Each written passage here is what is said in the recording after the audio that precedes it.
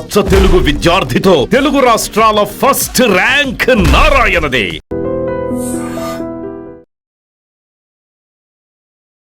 Hi, welcome to iDream.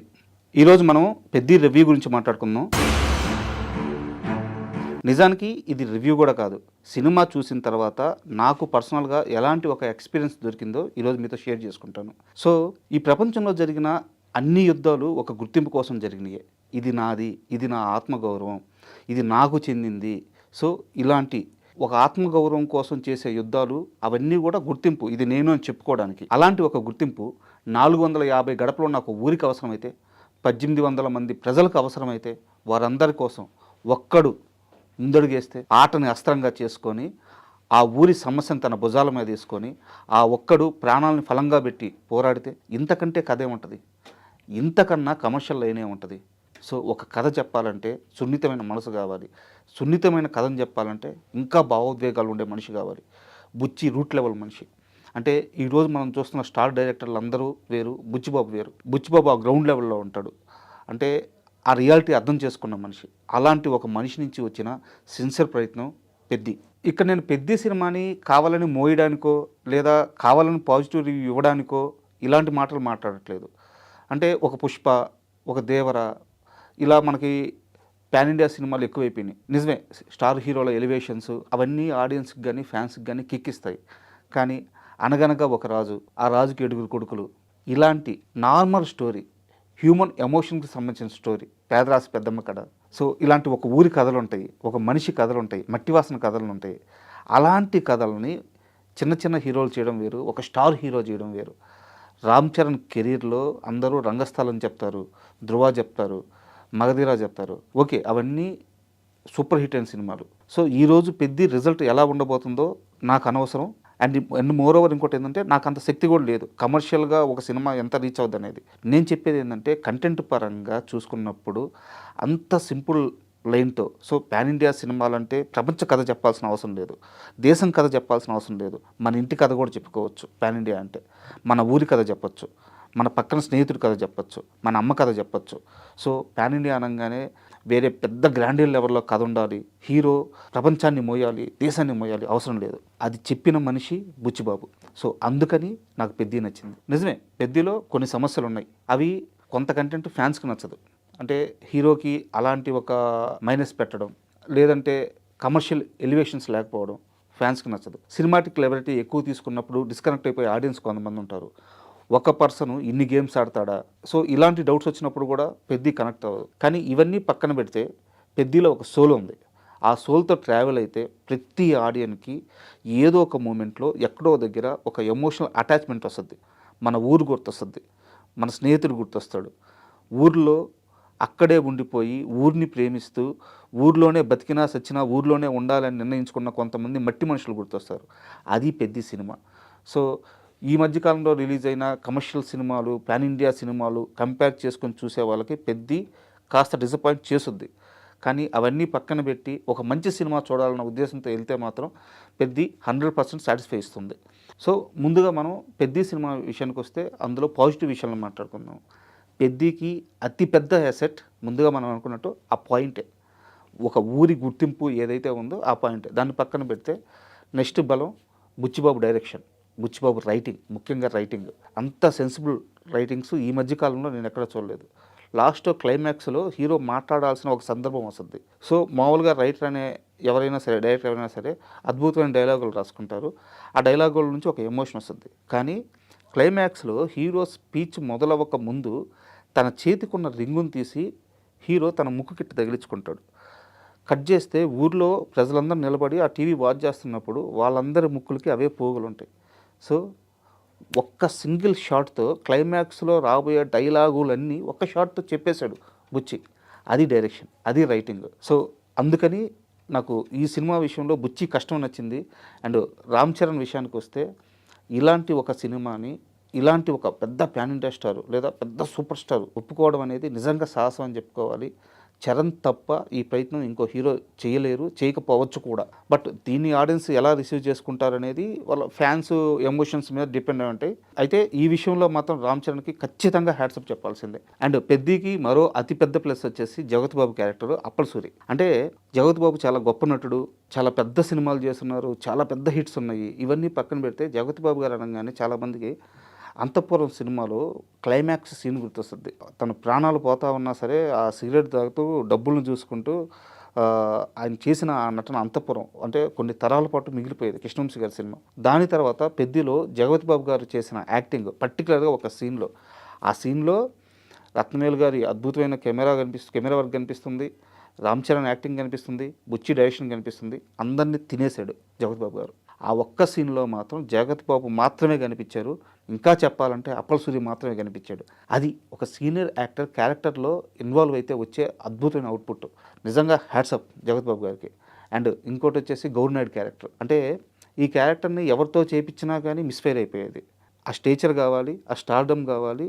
Ram చరణ్ని ఒక character కాలు కిందేసి తన చేయి తొక్కుతుంది అంటే ఆడియన్స్ ఒప్పుకోవాలి. బట్ శివన్న చేయబట్టి మాత్రమే గౌర్నాయుడు క్యారెక్టర్ పండింది. ఒక హుందాతనం ఉంటుంది ఆ క్యారెక్టర్లో, ఒక డిగ్నిటీ ఉంటుంది, ఒక రెస్పెక్ట్ ఉంటుంది. ఆ క్యారెక్టర్ చుట్టూ ఒక ఆరా ఉంటుంది. సో శివన్నను ఎప్పుడైతే ఈ క్యారెక్టర్లోకి బుచ్చి అనుకుని ఫైనల్ చేసుకొని తీసుకున్నాడో అప్పుడే బుచ్చి సగం సక్సెస్ అయినట్టు. అండ్ ఇందాక మనం చెప్పుకున్నట్టు టెక్నికల్గా సినిమాకి పనిచేసిన ప్రతి ఒక్కరు ప్రాణం పెట్టేశారు. డిఓపి రత్నవేల్ గారు అయితేమి, and art director Avinash Kolla garu అయితేనేమి, అండ్ ముఖ్యంగా మ్యూజిక్ డైరెక్టర్ ఏఆర్ రెహమాన్ గారు తెలుగు సినిమాలకు పనిచేసి ఇప్పటికే చాలా సంవత్సరాలు అయిపోయింది పెద్దికి ముందు. అంటే కొంతమందికి రెహమాన్ గారితో పనిచేయడం భయం కూడా వేసిన సందర్భాలు ఉన్నాయి. అవుట్పుట్ విషయంలో కానీ, లేదా ఆయన టైంకి ట్యూన్స్ ఇస్తారా లేదా అనే కానీ, లేదా ఆయన్ని హ్యాండిల్ చేయగలమా లేదా అనేసి. బట్ బుచ్చి అవన్నీ పర్ఫెక్ట్గా హ్యాండిల్ చేసుకున్నాడు. మేబీ ఆ ప్రేమ వల్ల ఏమో ఏఆర్ రెహమాన్ చాలా రోజుల తర్వాత ఒక తెలుగు సినిమాకి అద్భుతమైన బీజిఎం ఇచ్చారు.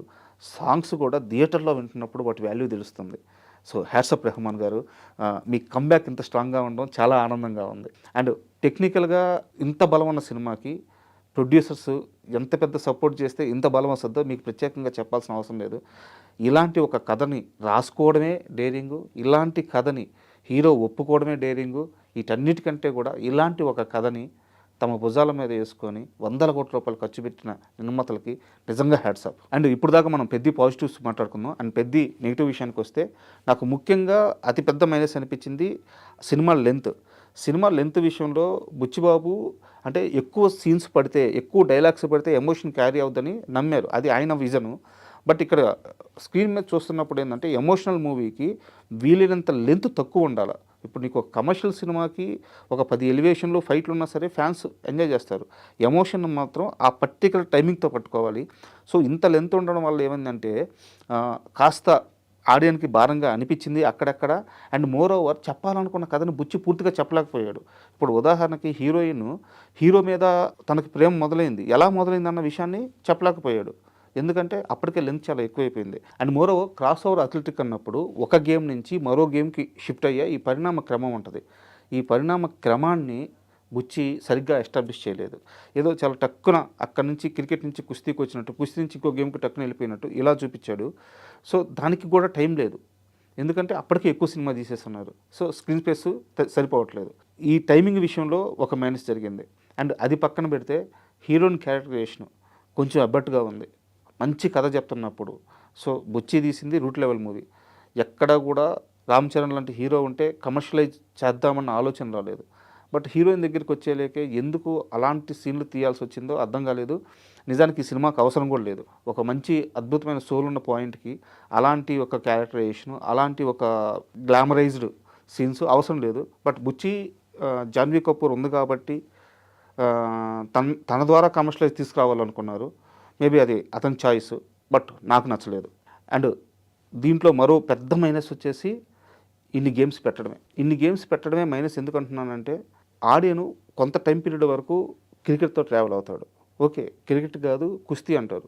కుస్తీ కోసం రామ్ చరణ్ గారు పడ్డ కష్టం, ఆ బాడీ బిల్డప్, ఆ బాడీ బిల్డింగ్, ఆ షార్ట్స్ మొత్తం ఆ ర్యాండ్ రెస్ట్రిక్ట్గా చూపించిన విధానం అద్భుతంగా ఉంది.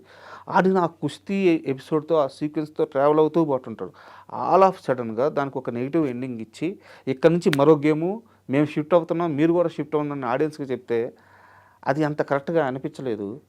సో ఇన్ని గేమ్స్ లేకుండా ఉంటే బాగుండేది అనిపించింది. అండ్ ఇప్పుడు ఇంకాస్త ఓపెన్గా మాట్లాడుకుందాం.